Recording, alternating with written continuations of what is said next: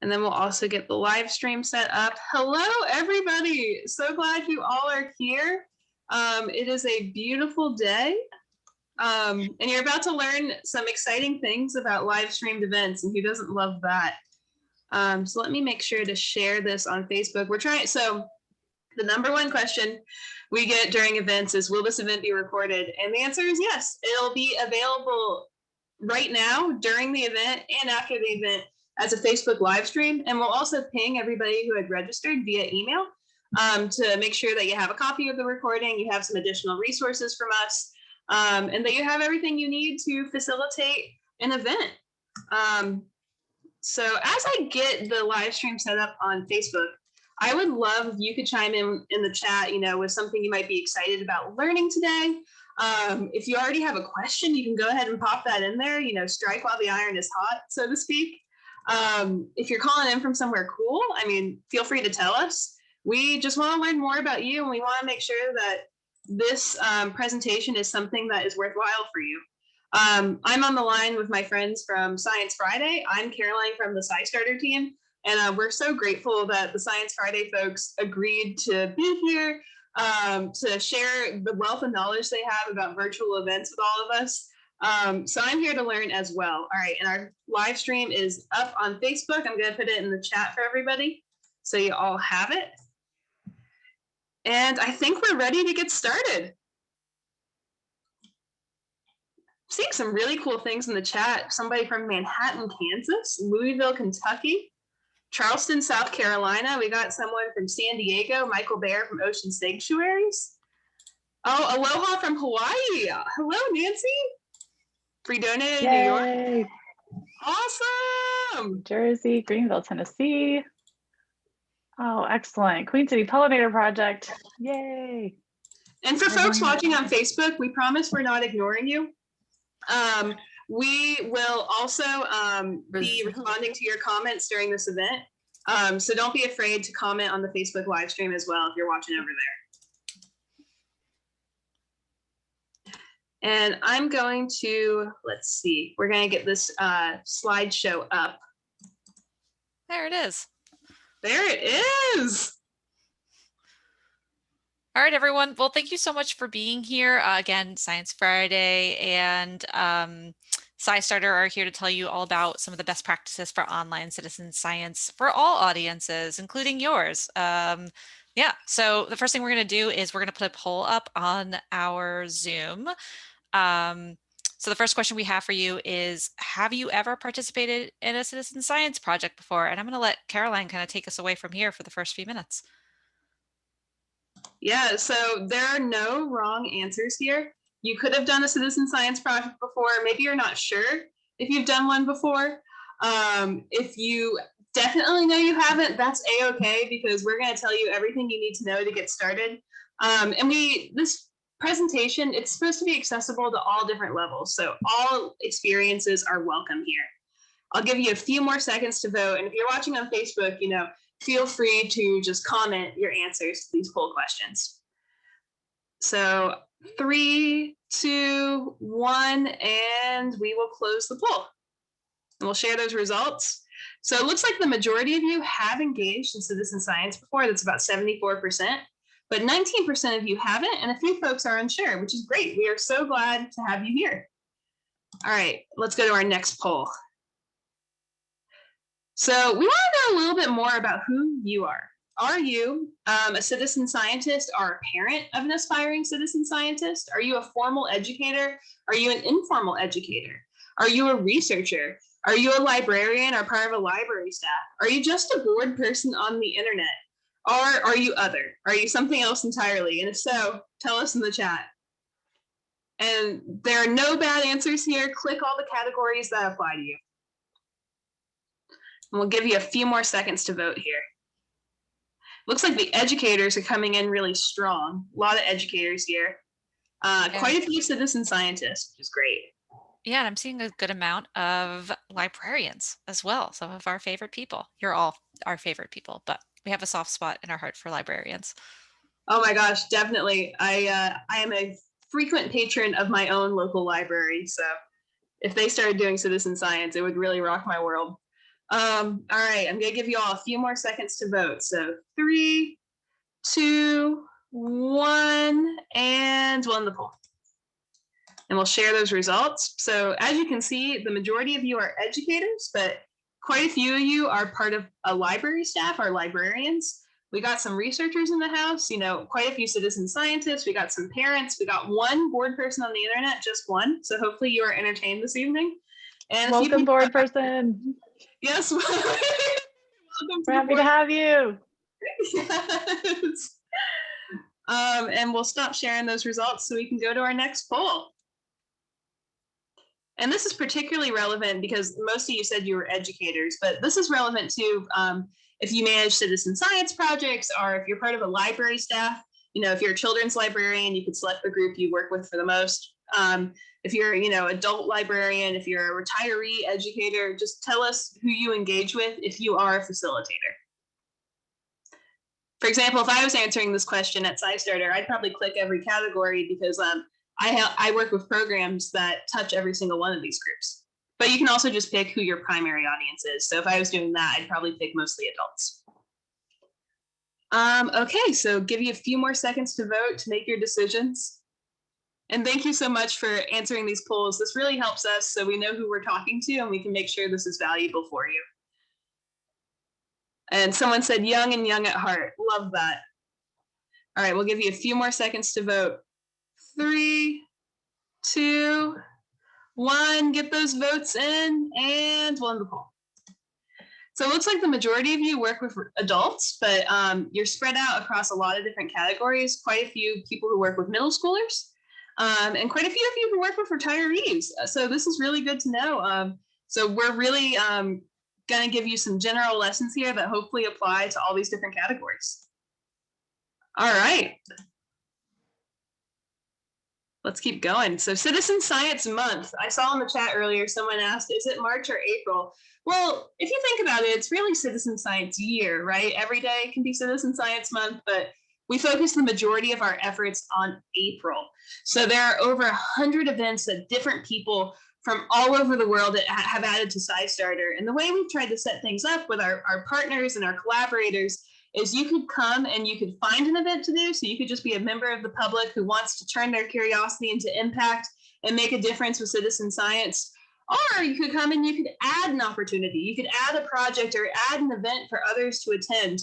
And you could find a volunteer community who could help uplift your efforts. And we've seen all sorts of different groups add events.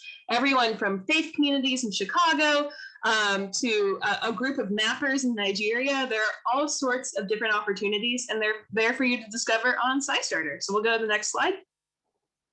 So for those of you who hadn't done citizen science before, I thought it'd be good to start with this. What is citizen/community/participatory/neighborhood science? So it goes by a few different names, but the way we think of it at SciStarter is it's a collaboration between scientists and those of us who are curious, concerned, and motivated to make a difference. So no matter what you call it, if you're working to move science forward, if you're collecting data or analyzing data, or just you're meaningfully part of the scientific process, then we want to work with you and we want to support you. So we'll go to the next slide. And Citizen Science Month. So you can add an event to SciStarter, or you can do something for citizen science anytime, right? You could do a citizen science project today, and we're going to talk about projects you could actually do today. But the reason we work so hard on Citizen Science Month and amplifying opportunities during April specifically each year is because it's an excuse to get excited. It's a way to inform and engage people on citizen science itself. And it's a way to get public libraries, community-based organizations, and other trusted partners involved during April. Basically, it's an excuse to celebrate, and we're all for that. And we want to make sure that you have the resources you need, because it's never too late to plan a citizen science opportunity for your community, for your friends and family, or whoever you work with, your learners, the retirees you work with, whatever audience you serve. You can find a featured project and you can do something for Citizen Science Month at any time throughout the year. So we'll go to the next slide. And I'm going to pass the mic to my friends at Science Friday. Thank you. Thank you. Yes. And I did see a whole lot of folks in here who are in the chat. Welcome, everyone. We're really interested in your perspectives before we kind of launch into the tools that we use for planning citizen science events broadly. We're interested in what your experiences have already been, particularly in the last year. It's been a strange year. And so I think we've all sort of adapted. We've tried our own hands at virtual professional development, virtual events for our audiences, for the communities that we serve. And what I'm asking to start is for you to think back to some of the things. They could be either events that you facilitated yourself or ones that you attended.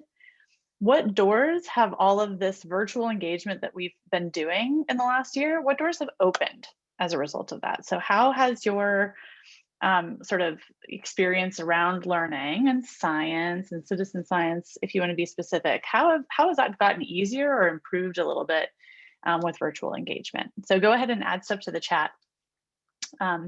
This question we'll leave up for a little bit. I'm very interested in that as we go. And while you are chatting your experiences, let us introduce ourselves so you know all the folks who are on this call with you.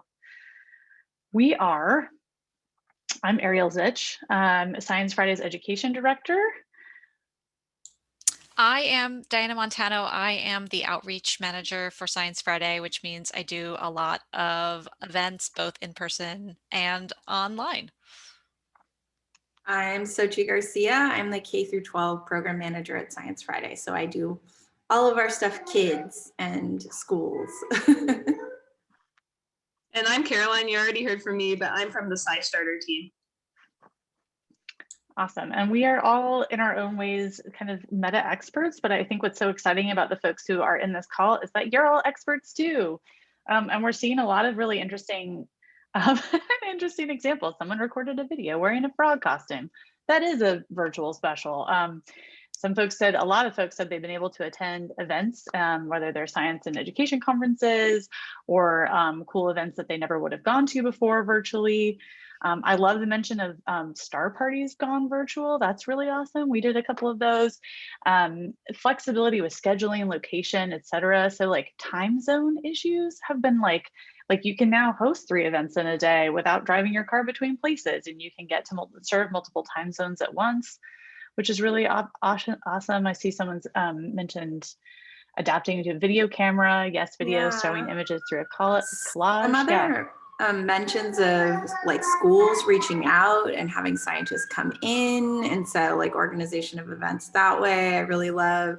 And then just like being able to reach a larger audience than your local audience, such as people at home at night with their kids. Like me. Catherine, that's a great share. Yeah. Well, and I think as we move into this new future, right? So expecting that in some communities, virtual is going to remain the premier mode of engagement for the entire summer and possibly into the fall, and in other places they're already doing in-person events. I think as we transition forward, it's good to hold these examples of exemplary engagement of the things that have helped you do your work as we carry those forward and make sure we don't throw the baby out with the bathwater. So tell me, what are you looking forward to about in-person and hybrid engagement? So like as we kind of leave pandemic life, like what's so exciting about, what do you like can't wait for? And I still see a lot of examples of things that have been unlocked in the last year, which is really awesome. Yeah, and I'm really loving this most recent comment from Jennifer, who says that because library patrons are sheltering in place, they're more comfortable doing online programming. And so it's almost like this last year or even the last few months has been a training for that continuation. So once we're doing hybrid or some online programming, those people have that education and that familiarity going into 2021, 2022 and into the future. I love that. I see some people are sharing something they're looking forward to is field work, just getting back out there with other people. Yeah. And some of the ease of in-person events. Our virtual events, there's a lot of planning, there's a lot of pre-organizing, and there is an ease to in-person events and your ability to on the fly change your interactions with people. So I love that mention. And I'm going to call out to the mention of telescopes in here. They're a quintessential, like, science-specific piece of equipment that not everyone has access to. Access has been a huge theme this year, and the idea that we'll be back in a place where we can actually provide those materials in person really handily. Like, you can't ship telescopes to every one of your participants around the country, so some of that is definitely a huge plus. And these are all great examples. And also, I see a couple folks asking about other folks' responses. Go ahead and chat each other using those direct messages. I think that is awesome. Yeah, and I see a lot of place-based mentions too, people saying that they're encouraging others to learn about the space that they're in, whether or not that is the location that the event is being hosted from. So if you're in Baltimore and someone is in California, you can encourage them to, you know, actually see their space. I love that. All right, so let's talk a little bit about kind of brushing up on some of these specific sort of tangible themes that work in all of these settings. So really, like, honing in on our sort of core strengths. And I will say, oh yeah, Diana, I'll let you contextualize why Science Friday is so interested in this first. Yeah, no, absolutely. Thanks, Ariel. Science Friday's mission, as we were starting to look back on some of the programming that we're developing a few years ago, we wanted to get into citizen science, crowdsourced science, and looked to our mission to really understand why this would be a good fit. And so this is our mission. Science Friday's mission is to increase the public access to scientific information and promote a greater understanding of science and technology. And so participation in science is one of the best ways to connect people to scientific ideas, but also to help people identify as a scientist or someone who is interested in science.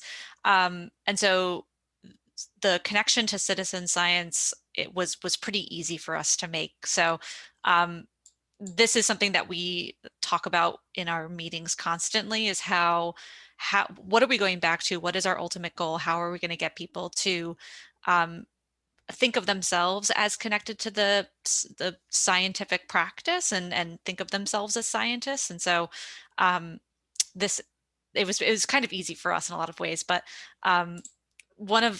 so this is a quote from one of the events that we did last year with Karen Cooper, or rather, Karen Cooper came on to Science Friday last year in anticipation for the events that we did. What we ended up designing last year was it was 4 weeks, 7 events, all about different science, citizen science projects. And so this was the way that Karen Cooper talked about the actual connection to citizen science. And I loved this. It's a way to connect, like, in a collective action sense, being unified towards a common goal, but physically separate in our data collection. And I think that goes for, you know, she wasn't just talking about, it was April of last year, of course, so she was talking about in response to the pandemic, but also this is pretty constant with citizen science, right? We are always, not always, but often are separated and can use that to our advantage. So I think one of the things that we want you to think about right now is, like, as Science Friday, we do all these things, and your organization has specific missions and goals. And so thinking really, really about, what do you want your audience to gain from doing a citizen science project?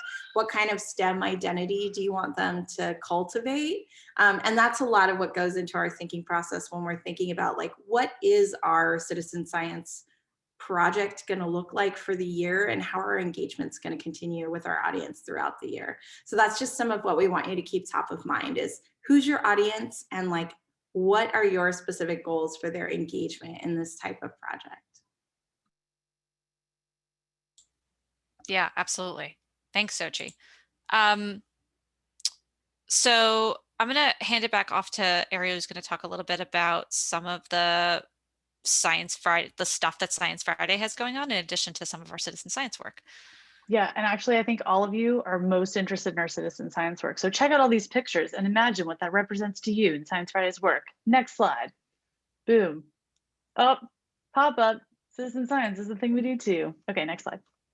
All right, our goals for this session are thusly. So we want you to leave with some guiding principles for event facilitation. All of you are such diverse facilitators. There is no single example I'm going to give you that is going to be most relevant to you. If you're doing your work, you're plugging into your communities that you're serving, and you're asking what's going to be most relevant to them. So instead, we're gonna talk in principles with examples from our work. You will leave with multiple strategies for facilitating in-person, virtual, and hybrid citizen science events. And hopefully you'll have an understanding of resource, staff, and engagement trade-offs between in-person, virtual, and hybrid. A lot of you are going to be put in a position to make some hard decisions about how you're going to run your programming. And most of those decisions are going to have to be made perennially throughout the next 6 to 8 months, because times are changing constantly, right? Everybody's getting vaccinated. Risk changes, it's fluid and dynamic around COVID. So hopefully you'll be in a place where you can think critically about which things to use based on what we share with you today. All right, so here it is, the core thing. This is how we roll, and I bet most of you do this too. When we work with the public, especially when we're like thinking about designing an event, we start with a story, we give them an experience, and then we lead them into action. This is the principle for citizen science experiences as we run them. And this is particularly around, this works for in-person, virtual, and hybrid events. Story, you hook them, you tell them a great story, then you get an experience where they get their hands dirty and have something that's visceral to them. And then you move into action, where citizen science is your gateway to action. All right, so I will give you an example that we did last year and continue to do. So we tell a story, stories that come up a lot about water quality, particularly lead poisoning and tap water. So there's a number of stories that keep coming out, right? This is a constant issue because it's related to core infrastructure. It has immediate, long-lasting, and very serious health impacts on the communities that are affected by it. It's an equity issue. It disproportionately affects certain populations. It's invisible, so there's some like ambient fear around it. It is, like I said, it is perennial, so there are different things that increase or decrease risk of lead poisoning, and so the story comes up a lot. The other thing is that the stories are important stories, and so for folks who are otherwise disengaged in what their tap infrastructure is, and answering Jerry's question, can this be presented in reverse? And I'll give you an example of that later. We want to hook them. We want them to know that thinking about lead poisoning or lead risk in water is important and urgent. So next step, we take that interest and we want to kind of build an experience that grows understanding. And we can do this a lot of ways. And the experience facet is where you're going to work with your audience's age, their positioning in time and space, whether they're online or virtual, and the materials burden that's required. So for the lead story, we knew we were going to try to end with Crowd the Tap, which is a tap water infrastructure citizen science project in which folks go to their own water pipes and try to figure out what they're made out of, figuring out whether they're lead, PVC, copper, steel, and based on that, we'll put that data in to help build this national map that will one day be useful for identifying and prioritizing water infrastructure changes. But like all those things I just said aren't as cool as doing a magnet race with Mr. Magnet, where Mr. Magnet helps you identify which objects are magnetic and which aren't, and what facets of substances tell what characteristics of substances tell you that they're metal, right? So we did a hands-on activity that was great down to ages, basically anyone who wouldn't swallow stuff. So any kid like ages like 3 and up basically can do this activity where you figure out if something's metallic. That same skill of figuring out whether something's metallic extends all the way to taking your granddad downstairs to his old house to ask the question of whether his pipes are made out of lead. So we can also do experiments. We can also bring in experts. But that experience is designed to create a shared experience, build understanding, and connect this abstract problem or the story to the science that's grounded in the citizen science. And once they're hooked, that's when you throw them to the action. Like, now that you know how to tell if something's metal and whether it's lead or steel or copper, let's go to Crowd the Tap and use that new knowledge to make change and to improve accessibility to clean drinking water. It's that chain of events that really builds meaning into the citizen science activity. You're not just filling out a worksheet. You're not just like tapping through an app. You're doing something that you know is meaningful. All that meaning is generated in those first 2 steps. Sometimes you lucky folks who have telescopes know this, but anybody else, and actually anyone who has a lot of other cool things in their backyard happening, sometimes the science itself and the citizen science itself is fun enough that without any additional meaning or knowing why it's important, you can just go out and do it.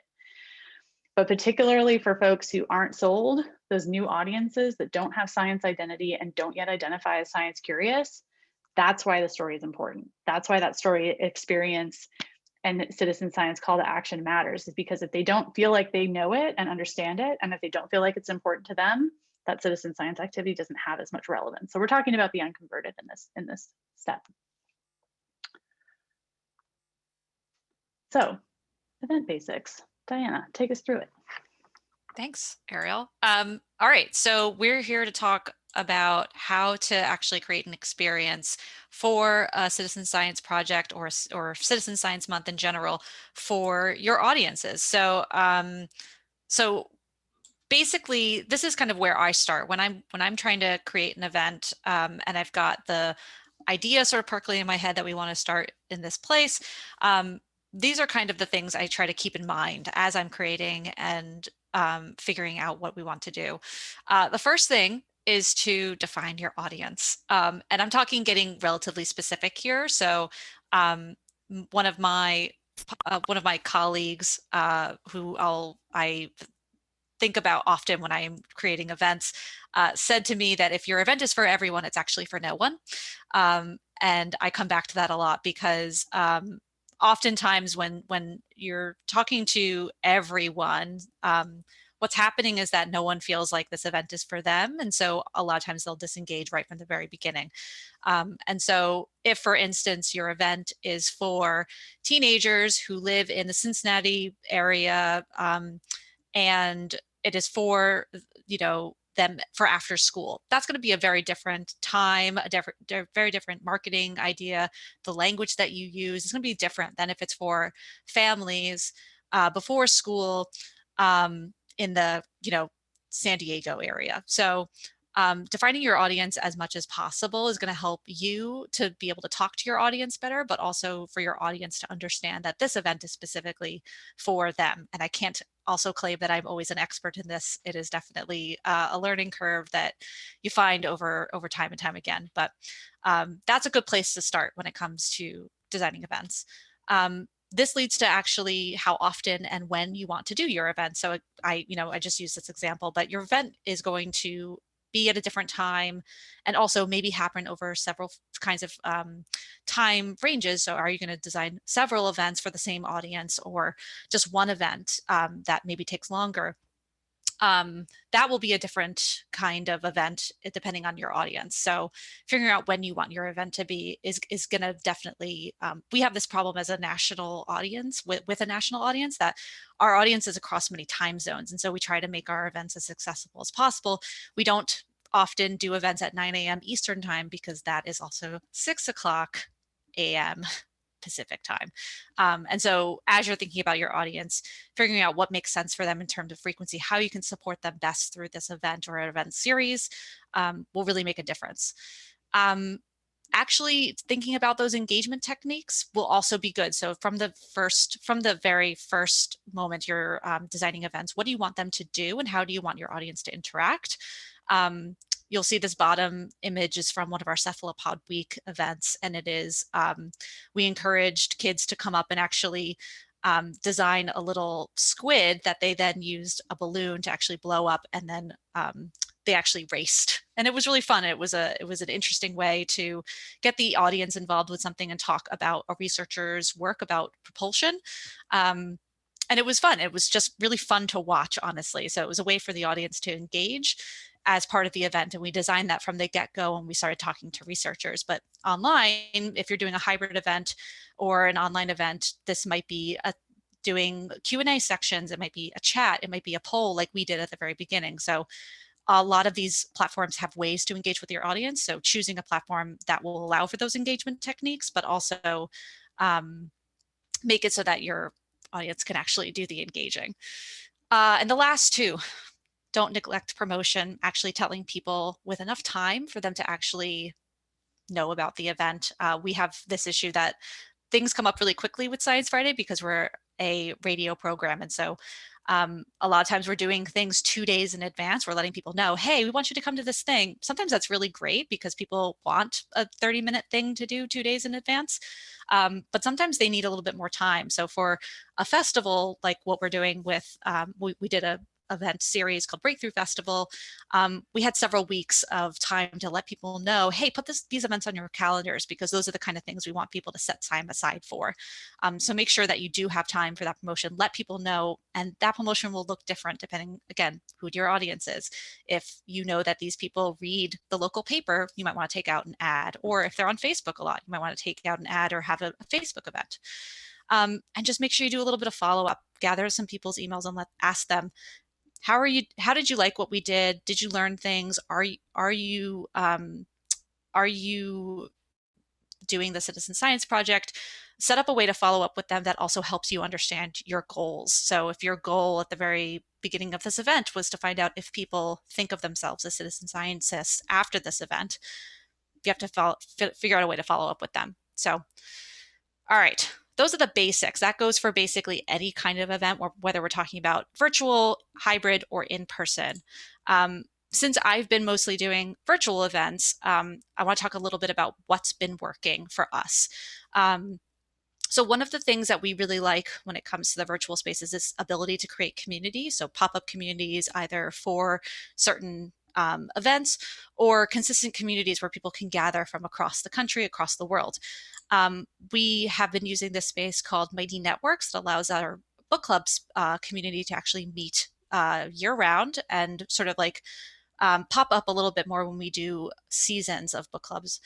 So our spring season is about to start, and we'll be talking with that community a little bit more. And that allows us to really talk to this audience a little bit more directly, and also help them talk to each other, because that was one of the things we heard when we did a survey about our book club. What do you want to be able to do? They wanted to be able to meet each other. They loved hearing about the books and having experts come on the show, but they were like, I know other people are reading this book, but I have no idea who they are. Can you connect us? So that's why we did this. It was in addition to a feedback that we got that people didn't really want to be in Facebook groups anymore. So we still have a Facebook group for this series, but we really focus on this Mighty Network space. Again, engagement, it's like super important to think about engagement as you are doing your virtual events. You want the best events that I've been to, and probably the ones that you have been to, are the ones where there's some version of audience engagement, whether it's asking questions to audience, talking to each other, answering questions, doing polls. The way that you have allow your audience to engage with you and with the people that the people that are there too, really adds another level and helps people be connected. One of the ways we do this is pictured here is a YouTube live stream that we did, and we actually asked for questions in advance in addition to questions during the event, and that allowed the community that we designed the event with, Black and Neuro, to actually prioritize those questions, which was really great. It allowed us to find some of the questions that community that was important to that community, and prep those in advance. So we had a little bit of both. Another thing is thinking about accessibility. We want, as much as possible, our events to be accessible. And that doesn't just mean putting them online, but it also means that whenever possible, having subtitles and closed captioning available. For some of our events, we hire closed captioners. That the Black and Neuro event, we hired a closed captioner. So we directed people who needed closed captioning to go to YouTube where that was available for them. But also making sure that as much as you can, that you're having things like the voices and microphones of the people who are presenting clear, and so that people can actually hear what others are saying. I often, it's not always possible to be in a quiet space, but reminding people to use their microphone when or use their mute button when they're able to, those kinds of things. And of course, checking and double checking your tech is super important. We always set up tech checks in advance of our events, just to make sure that people are really comfortable with the platform. Some of these platforms are new to people. They haven't been on Zoom at all, or we're trying something new. We want to make sure that people are comfortable. So even if you think people have been on Zoom for this entire year, some people are lucky and they have not been. So making sure that your guests, if you're inviting guests to your events to be on camera with you, that they have a familiarity with it and you've double checked and troubleshooted anything that they need. That is definitely a must do for virtual events. I've got another slide that we can talk a little bit more about platforms, and there's a link that you can actually go to a document that I've got that I'll just be updating. But here are some of the platforms that we have used and are really familiar with and like, including Zoom, Google Meet, Facebook Live, YouTube Live, Twitch, which we haven't used, but I personally have used a few times. And there's also producing software that can go into these places where you can actually live stream the events, but StreamYard's one of our favorites. It allows you to actually produce a little bit more, so it makes everything look a little bit nicer. So on the bottom, you'll see that is our sci-fi trivia nights, which are every Wednesday, and we use a platform called StreamYard, and that allows me to hide the videos or hide the slideshow, make myself really big, make the questions really big, play a video for people, be a little bit more in control of what the event looks like, because it's really important for that event, and it streams right to YouTube, so it's super easy. All right, some quick tips for moderation. Moderation is really hard. It's not first, but I'm going to say it first. Assign a moderator. It is the best thing that you will ever do if you are hosting the event. We have multiple on this call right now, people who are paying attention to the chat, so they're answering your questions, but also are making sure that there are no bad actors. Because it is really hard if you are hosting an event to be doing double duty. And so as much as you can, especially at the very beginning, if this is a first event for you, you want to assign someone who can actually pay attention to the chat and use the moderation tools. I mean, that's another thing, is like if there's the ability to hide people, block people, elevate people, pin some messages to the top, you want to make sure that you're familiar with what those are and use them as much as you can, because they're there for you. Setting guidelines and agreements is also really important. So at the very top, if you are able to spend some time talking about how you want people to engage with you and each other.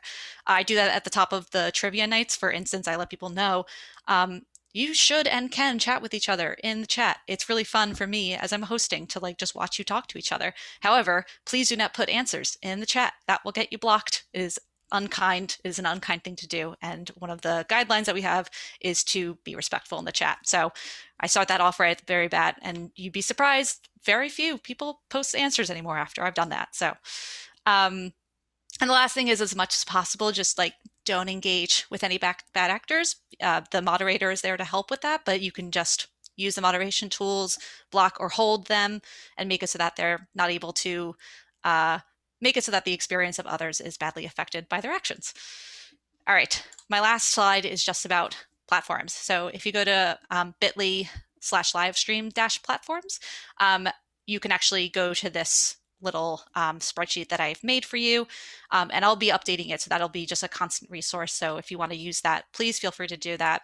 But these are some platforms that we have used, or that I personally have used and find really, really great in a lot of different ways. And so again, we use different platforms because we have different engagement techniques and different engagement goals for our events. So ones that we want to have a little bit more interactive or a little bit more play with, we often will do Zoom, but StreamYard is really great if I want it to look a little bit nicer, if I want a little bit more control over how it looks.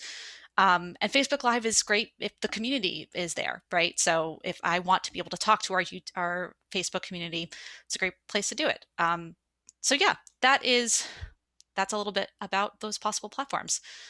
Now we're going to talk a little bit about in-person events, like before, but different. And I'm going to pass it over to Ariel. Yeah, so thank you, Diana. I just saw a whole bunch of people pour into the virtual events table, which is really helpful. Go ahead and add that to your drive or download it or copy it and save it for later. So because that is awesome. A lot of work has gone into that table. So I'm because a lot of you have experience with in-person event facilitation based on the comments in the chat and also our poll results. I'm not going to belabor the point about how to facilitate interactions with folks. What I'm going to focus on is how events now are like before, but different. So like, what has the new world order done to our events, and like what's taking place, and what that means for you communicating expectations to your audiences. One of the first things, if you could click, that is like a risk zone for particularly for the next 6 to 12 months is what is live. So be very careful about the terminology you use in promoting your events, because very soon a live event could mean a live streamed event that you can join, or one where you go in person, like shout at a stage and like say happy things to a band. So like there are now live recordings, there's live watch parties, there's live concerts, there's live walks. So like be very explicit in what you use. I saw some folks recommending like these other terminologies. Think about what your audience sees and find as many ways to be as explicit about that as possible. Particularly, like, you don't want to like ruin anyone's day where they like show up to your nature center only to find out that the event was live virtual and not at your nature center. Like that would be a day ruiner. So so don't do that. The other thing I think that particularly as we move through gray areas is about safety, and coronavirus safety in particular. So as many of you likely know, yes, Jerry, virtual versus live, exactly. So as many of you know, with coronavirus, our like perceptions of risk and our feelings of safety are highly personal and will vary from house to house on a single street in the same state. They will vary between people with children, people with like medically vulnerable people in their household. The most important thing is not to say, don't say something like, we're going to be totally safe. Say something like, we'll be asking all attendees to wear masks and maintain a 6-foot distance apart, or this is a mask-free event because we're outside. Whatever it is that you're doing, be explicit about it, and be very descriptive about it. And then when people show up, reinforce the norms in the description in the RSVP. And this is about making sure that folks who show up do feel safe, don't feel surprised, feel like they knew exactly what they were signing up for, because like nothing will ruin your day like showing up and then feeling like you have to leave because you're like medically vulnerable, or that you're the, you know, they're the only one wearing a mask and maybe you feel weird about that. If you had known, you could have worn your like flesh tone mask. I don't know what, but like, I think this is like the point of like, this is really about communicating expectations. Next. Actually, I forgot I have animations in this slide. Yes, and Adrienne points out that local, state, and federal rules keep shifting. That is super real and it can affect sites. One of the things that I've seen done really well is saying like, here's what we're planning, but these things are subject to change and we're going to send you an email the night before. Particularly if you're planning stuff for the end of April, like your whole state could be vaccinated by the end of April, or none of them could be, depending on which state you're in. And your county and your governor can change their minds very suddenly, as my county and governor did here in Pittsburgh.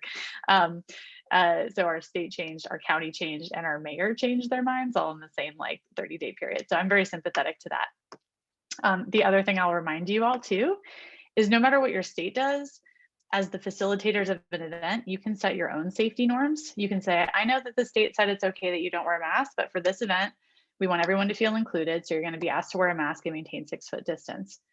If you set that expectation early, it is fully within your power, whether you're on public land or not, to enforce that with the group that's signed up to do your thing. So like know your rights as a facilitator in the same way that like technically pushing is allowed in polite society. You might set the norm that pushing is not allowed with the children you facilitate an event with. You have that ability, you have that autonomy. So like don't back down if that's what it takes to create an inclusive environment. I will actually go back one slide, sorry, value. I forgot.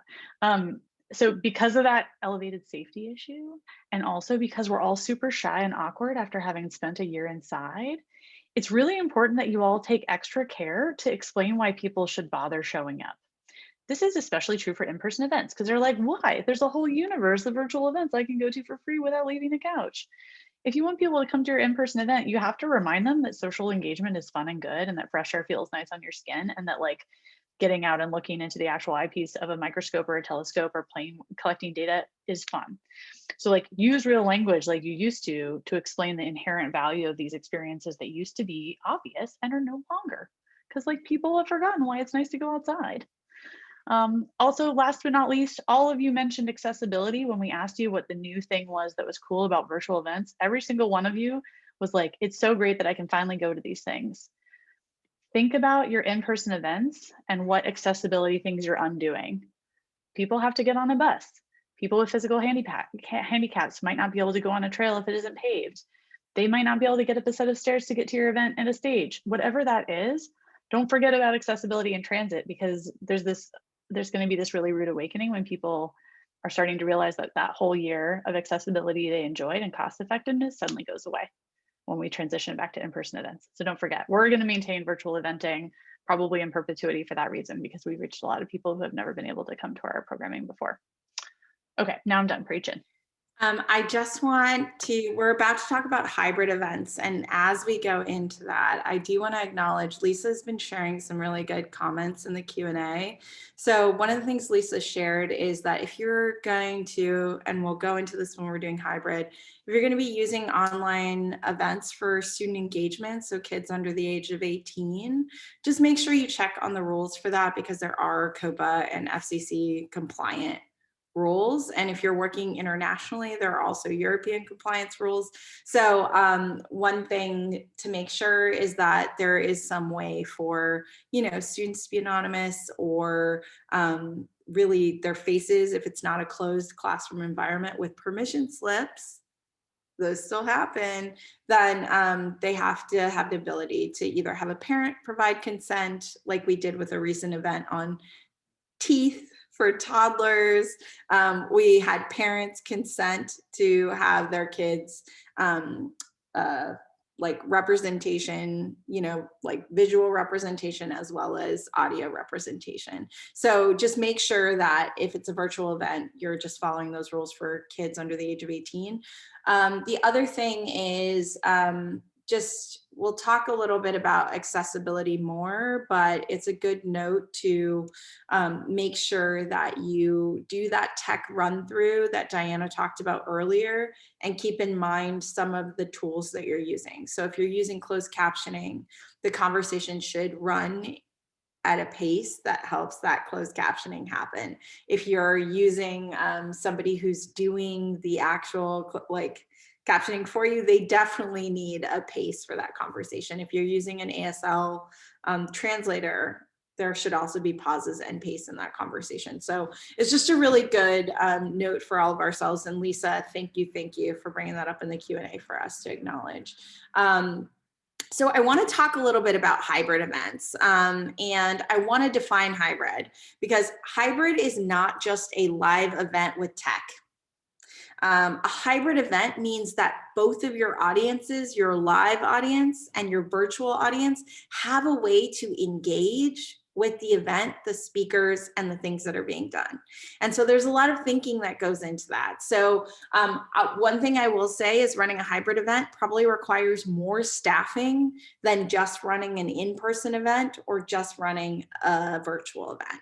And part of that is because you still need somebody to make sure that participation is equal on both sides. So I also like thinking about hybrid events in reverse. You may not be able to get a scientist live in person in your library, but you might be able to tune them in and like pipe them in virtually. And so there are a lot of opportunities here with live events. The other thing I would consider is letting people do watch parties in their bubbles for your hybrid events. So provide a sense of community that they feel safe in. So they might go over to somebody who's already in their COVID bubble and do the event or activities in that hub together with a group of people, and they participate in your event. So just make sure that you kind of know like ways that you can engage, and watch parties I think are a really cool way to do that.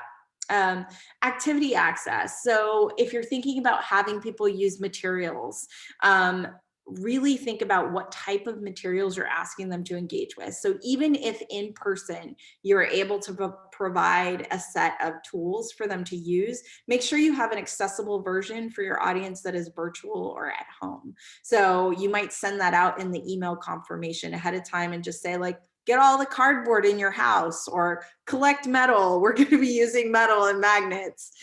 Just give them a notice of what they need to have on hand if they're tuning in another space. And then platform. So one of my favorite platforms actually is a telephone conversation platform in England for the elderly. I love it. I think it's so cool. So at set times during the week, these groups of octogenarians get on the phone and talk about 40s music, or they talk about, they're using a telephone to do it. So don't just think about Zoom and high tech, like think about other more low tech ways that you might get communities involved in your space. And some of those might be dial in, some of those might be texting. Maybe you start a group chat among a group of patrons who agree to do this.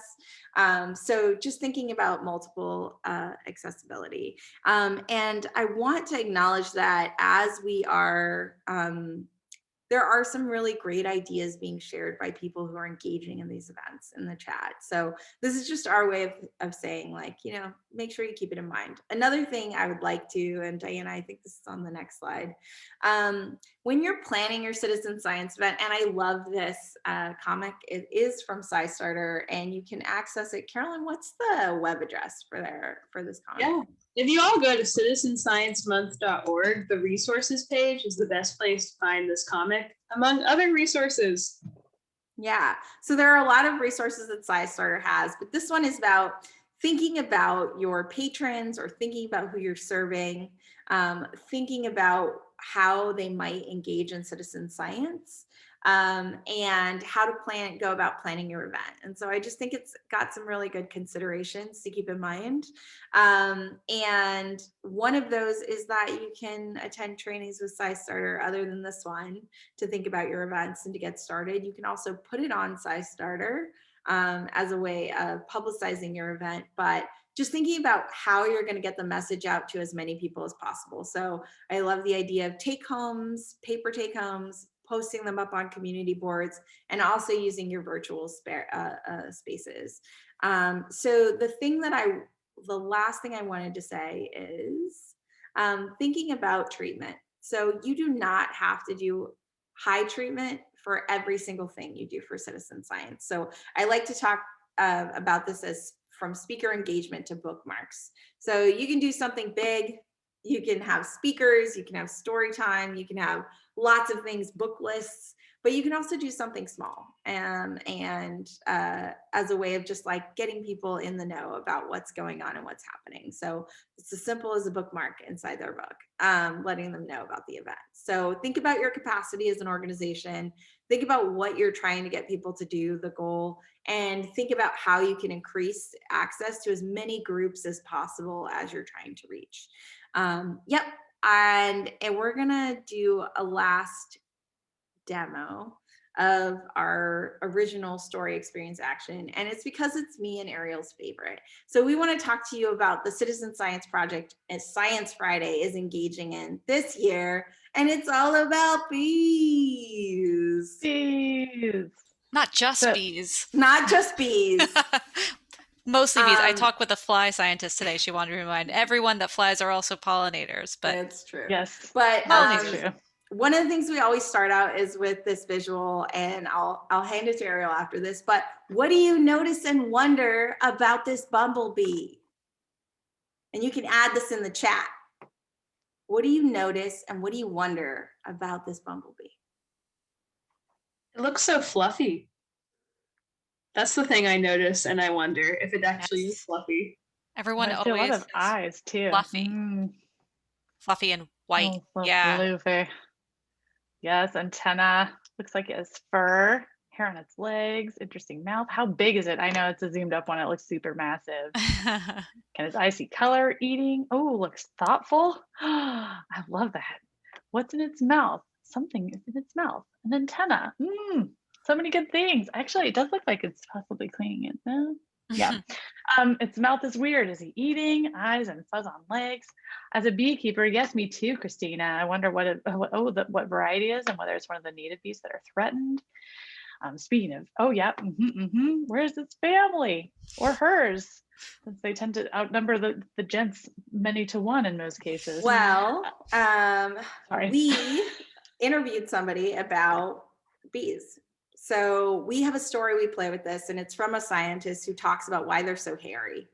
And it turns out, I don't know, Ariel, you tell this part better. Okay. Yes, it turns out those bee hairs actually accumulate static charge as they're flying.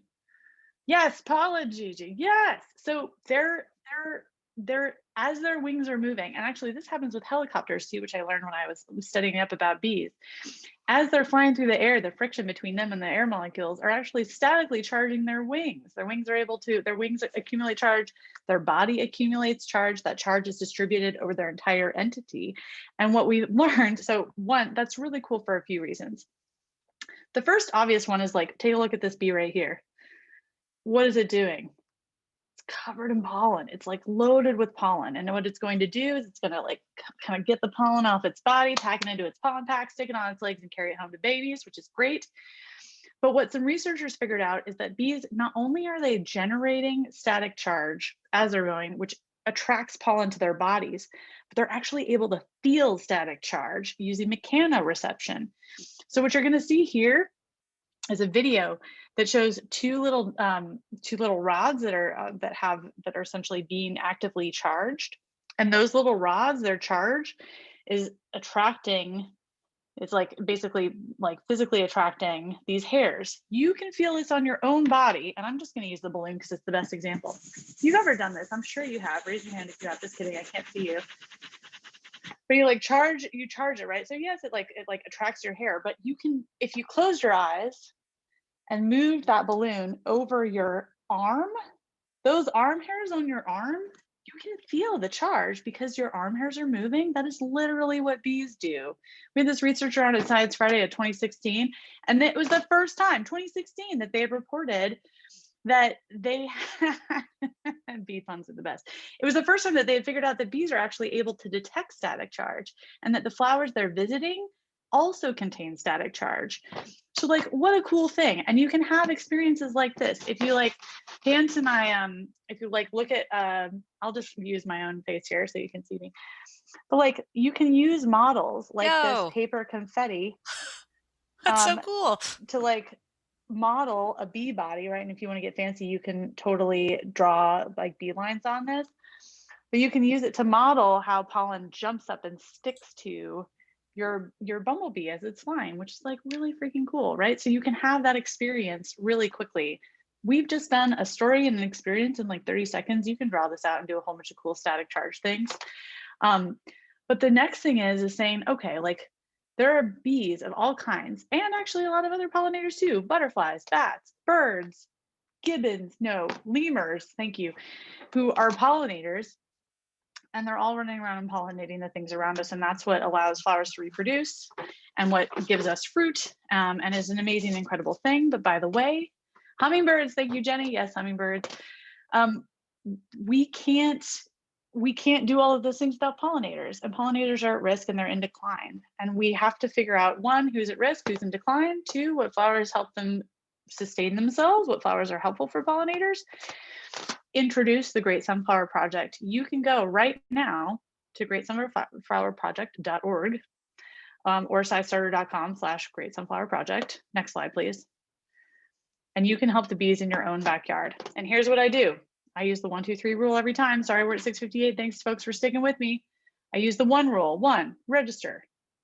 2, grab a data sheet, banners and pencil, grab your things. And 3, go watch a flower. It's just that easy. This is like the OxyClean infomercial of citizen science, but it actually works, particularly for folks that are struggling to get activated, saying like, look, all you have to do is register, get your data sheet and go watch a flower, and you can participate in this project. And now most of you who have heard this probably think you can go do this. And the truth is you can. It's really easy and super fun. And once flowers are happening in your neighborhood, you're ready to rock and roll. It is good to be simple. Thanks, Adrienne. Story, experience, action every time, especially with young people, especially with folks who are brand new to this thing. It works. And it does also work with any flower. So I'm going to stop there. We're right at time. Participate in Citizen Science Month. Tell us how you do it.